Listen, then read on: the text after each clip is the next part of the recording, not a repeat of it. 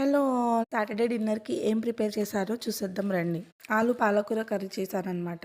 జొన్న రొట్టెలతో పాటు. ఎలా చేశానో, ఏం చేశానో చూసేయాలంటే వీడియో మొత్తం ఎండ్ వరకు చూడాల్సిందే ఖచ్చితంగా. బాండిలో ఆయిల్ వేసుకొని ఆవాలు, జీలకర్ర, 4 పచ్చిమిరపకాయలు, ఒక ఆనియన్ ఇవి ఇలా ఫ్రై అయిన తర్వాత పసుపు, ఉప్పు, పెసరపప్పు నానబెట్టుకొని ఉన్న పెసరపప్పు, ఆలుగడ్డ వాటిని అలా ఫ్రై చేసుకుందాం కొద్దిసేపు. ఇప్పుడు జొన్న రొట్టెల కోసం ప్రిపరేషన్. అంతలోపు అవి ఫ్రై అయిపోయాయి. కట్ చేసి పెట్టుకున్న పాలకూర. జొన్న రొట్టెల కోసం వాటర్ కూడా వేడైపోయింది. ఇప్పుడు పిండి కలుపుకుందాము. మీరు జొన్న రొట్టెలు చేయాలనుకుంటే నేను ఏదైతే వీడియో పెట్టానో ఆ వీడియో చూసి మీరు కూడా ట్రై చేయండి. చాలా స్మూత్గా జొన్న రొట్టెలు అవుతాయండి.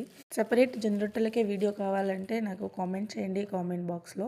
ఖచ్చితంగా నేను ఒక మంచి వీడియో తీసి మీ ముందుకు వస్తానండి. పాలకూర ఆలుగడ్డ కర్రీలో కొంచెం వాటర్ పోసుకున్నాను ఉడకడానికి.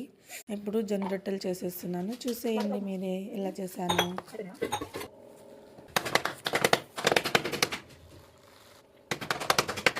ఫైనలీ జొన్న రొట్టెలు అయిపోయాయి. ఇక్కడ కర్రీ కూడా అయిపోయింది. మా పెద్దోడికి ఫుడ్ పెడుతున్నాను.